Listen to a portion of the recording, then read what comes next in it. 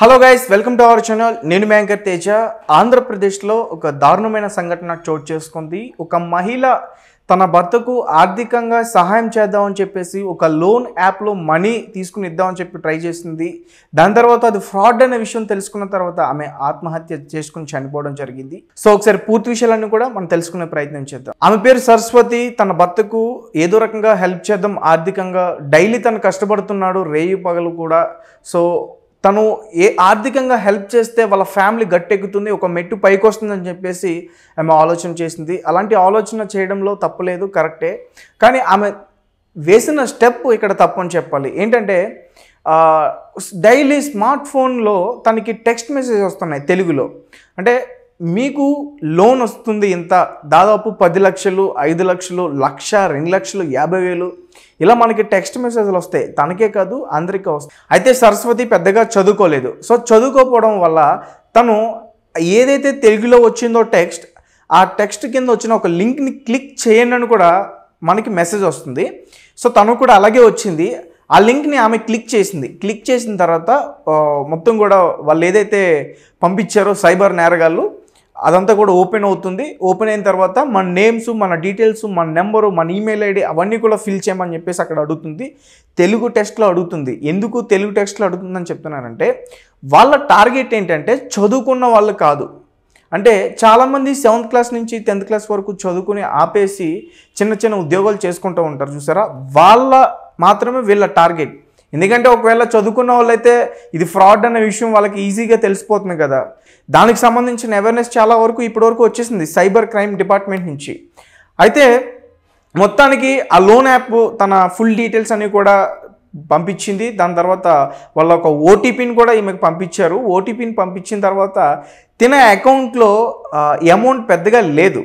అయితే వాళ్ళకు కాల్ చేశారు. ఎవరైతే సైబర్ నేరగాళ్ళు ఉన్నారో ఈ సరస్వతికి కాల్ చేసి, అమ్మ మీకు లోన్ వస్తుంది కానీ మీరు కొంచెం కొంచెం కట్టుకోవాలి, ముందు మీరు డిపాజిట్ చేయాలని చెప్పేసి ఆమెను అడగగా సరస్వతి ఫస్ట్ తన భర్త కష్టంతో దాచుకున్న ఒక 20,000 డబ్బుల్ని డిపాజిట్ చేసింది.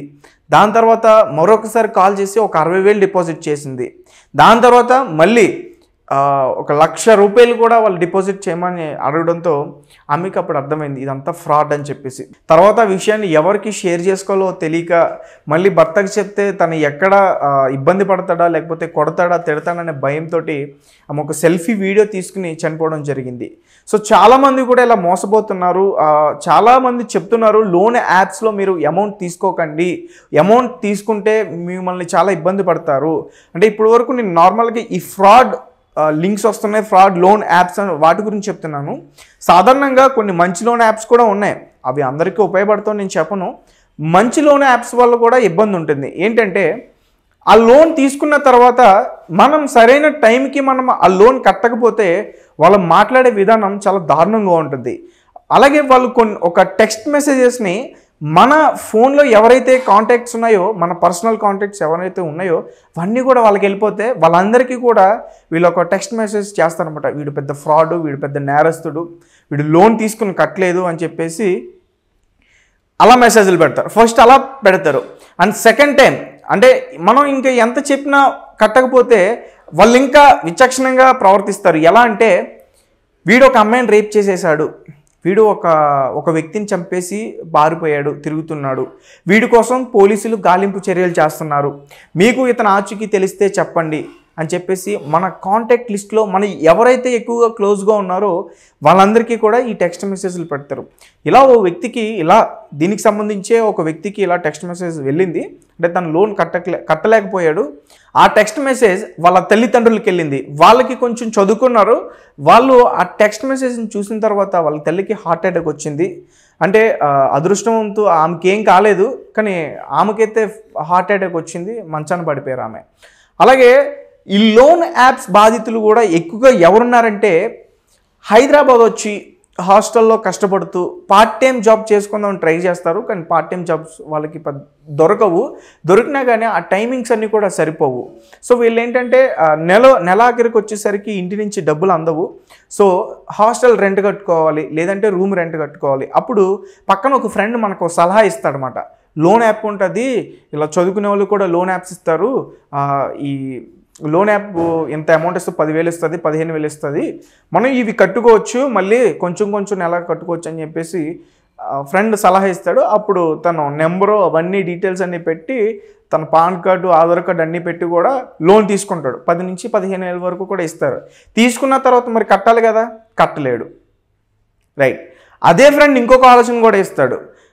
నువ్వు తీసుకున్న లోన్ కట్టాలంటే ఒక బెట్టింగ్ యాప్ ఉంది, ఆ బెట్టింగ్ యాప్లో పెడదాం మనం, ఆ బెట్టింగ్ యాప్లో పెడితే డబ్బులు వస్తాయి, 15,000 కాస్త 30,000 అవుతాయి, 30,000 60,000 అయిపోతాయి అని చెప్పేసి ఎవరైతే లోన్ యాప్ గురించి చెప్పాడో అలా ఆల్రెడీ ఒక లోన్ యాప్ బాధితుడే. కానీ మళ్ళీ తన ఫ్రెండ్కి షేర్ చేస్తాడు. నేను ఒక్కడిని ఎందుకు పాడవడం, నాతో పాటు వేరే వాడు కూడా పాడవుతే బాగుంటుంది కదా అని చెప్పేసి ఆలోచిస్తాడు మన పక్కన ఫ్రెండ్. అయితే మొత్తానికి లోన్ యాప్ వచ్చిన తర్వాత వాళ్ళు కొన్ని డేట్స్ చెప్తారు. నెలాఖరి 30 కానీ లేకపోతే నెల ముందు 1st, 2nd, 3rd ఇలా డేట్స్ చెప్తారు. ఆ డేట్స్ లోపు కట్టాలి, లేకపోతే ఫైన్ పడుతుంది. సో ముందు నెల వదిలేస్తారు. దాని తర్వాత నెల నుంచి కట్టలేదనుకో అప్పుడు మనకి ఇంకా టార్చర్ మొదలవుతుంది.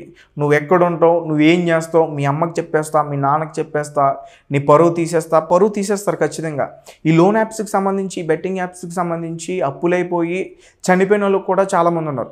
అండ్ రీసెంట్గా ఒక అతను ఇలానే బెట్టింగ్లో ఎక్కువగా డబ్బులు పెట్టేసి లోన్ యాప్లో ఎక్కువగా అప్పులు చేసేసి తన కిడ్నీని కూడా అమ్ముకున్నాడు. ఆ కిడ్నీని అమ్మేసిన తర్వాత కూడా తను మోసం చేశారు. చివరికి డబ్బులు ఇస్తానని చెప్పేసి 1,00,000 రూపాయలు చేతిలో పెట్టేసి వెళ్ళిపోయారు. 5 లక్షలు ఇస్తానని చెప్పేసి. రీసెంట్గా విజయవాడలో జరిగింది ఈ సంఘటన. ఒకసారి చాలా న్యూస్లో వచ్చింది. ఎవరైనా ఒకసారి చూసే ప్రయత్నం చేయండి. ఎందుకంటే ఎవరికైనా మీకు తెలిసిన వ్యక్తులు ఎవరైనా ఇలాంటి బాధితులు ఉంటే వాళ్ళకి జాగ్రత్త చెప్పొచ్చు. కాబట్టి లోన్ యాప్స్లో ఇంత ఫ్రాడ్ ఉంటుంది. మంచి లోన్ యాప్స్ ఉంటాయి, చెడ్డ లోన్ యాప్స్ ఉంటాయి. చెడ్డ లోన్ యాప్స్ ఏంటంటే మన దగ్గర నుంచి వాళ్ళు డబ్బులు వసూలు చేస్తారు. మంచి లోన్ యాప్స్ ఏంటంటే ముందు మనకి డబ్బులు ఇస్తారు, డబ్బులు ఇచ్చిన తర్వాత దానికి డబ్బులు వసూలు చేస్తారు. వాళ్ళు చెప్పడం కూడా చాలా మోటివేట్ చేస్తారు మనల్ని. లోను 10,000 ఇస్తున్నాం మీకు, 10 నెలలు, నెలకి 1,200 కట్టాలి, మొత్తం 10,000 ఇస్తారు, మనం 12,000 కట్టాలి 10 నెలలు, అట్లా మోటివేట్ చేస్తారు. మనం ఏమనుకుంటాం, అప్పుడు సిచ్యువేషన్లో ఎమర్జెన్సీ కాబట్టి మనకు అవసరం అని చెప్పేసి తీసుకుంటాం, ఏదో రకంగా కట్టేయచ్చు అనుకుంటాం. దాని తర్వాత మనం చాలా ఇబ్బంది పడతాం. సో చాలామంది కూడా ఈ లోన్ యాప్స్ బాధితులు చనిపోయారు. సో దీనికి సంబంధించి అవేర్నెస్ కూడా కొంచెం తీసుకురావాలని చెప్పేసి చాలామంది ట్రై చేస్తున్నారు. ఇప్పటికే సైబర్ క్రైమ్ డిపార్ట్మెంట్ చాలా అవేర్నెస్ని క్రియేట్ చేసిన చాలామంది కూడా చెప్తున్నారు. ఇందులో బాధాకరమైన విషయం ఏంటంటే చాలామంది ఉద్యోగస్తులు ఉన్నారు, స్టూడెంట్స్ ఉన్నారు, చిన్న చిన్న వ్యాపారాలు చేసుకునే వాళ్ళు ఉన్నారు, అందరూ బాధితులే. కొంతమంది పెద్దలు అయితే ఈ విషయం ఎవరికైనా తెలిస్తే బాగోదని చెప్పేసి తీసుకుని చనిపోతున్నారు. కాబట్టి జాగ్రత్త. ఏదేమైనా సరస్వతి తన భర్తకి మంచి చేద్దామనే ప్రయత్నించింది, కానీ చివరికి తను అలా అయిపోయింది. తన ఒక సెల్ఫీ వీడియోలో కూడా తీసుకుంది. ఆ సెల్ఫీ వీడియోలో తను ఏం చెప్పిందంటే, బావా నన్ను క్షమించు, నీకు ఆర్థికంగా నేను హెల్ప్ చేద్దామని నిజంగా మనం సేవ్ చేసిన డబ్బులన్నీ కూడా కట్టడానికి ప్రయత్నించాను. ముందు 20,000 కట్టాను బావా, దాని తర్వాత 60,000 కట్టాను. 60,000 కట్టిన తర్వాత తను 1,00,000 రూపాయలు అడిగాడు. నాకు అప్పుడు అర్థమైంది నిజం, నాకు ఏదైతే వచ్చిందో అది ఒక ఫ్రాడ్ మెసేజ్ అని. దానికి సంబంధించి యూట్యూబ్లో కూడా నేను వీడియోలు చూసా. అప్పుడు అర్థమైంది, ఇంకా నీకు చెప్తే నువ్వు నన్ను ఏమన్నా తిడతావో కొడతావో లేకపోతే అనే భయంతో కాదు, అవి ఎలా వస్తాయో ఏం చెప్పాలో నాకు అర్థం కాక నేను చేసుకుంటున్నాను, నన్ను క్షమించని చెప్పేసి ఒక బాధాకరమైన వీడియో పెట్టేసి తను చనిపోవడం జరిగింది. సో ఏదేమైనా మనందరూ కూడా జాగ్రత్తగా ఉండాలి. ఈ లోన్ యాప్స్ బారిన ఎవరు కూడా పడొద్దు. అవసరమైతే ఉన్న దాంట్లో సర్దుకొని తిందాం, అంతేగాని ముందుగా వచ్చిందండి నెలకి ఈఎంఐలుగా కట్టేసుకుందాం అనుకుంటే మాత్రం ఖచ్చితంగా ఇరుక్కుపోతాం. సో కాబట్టి అందరూ జాగ్రత్తగా ఉండండి.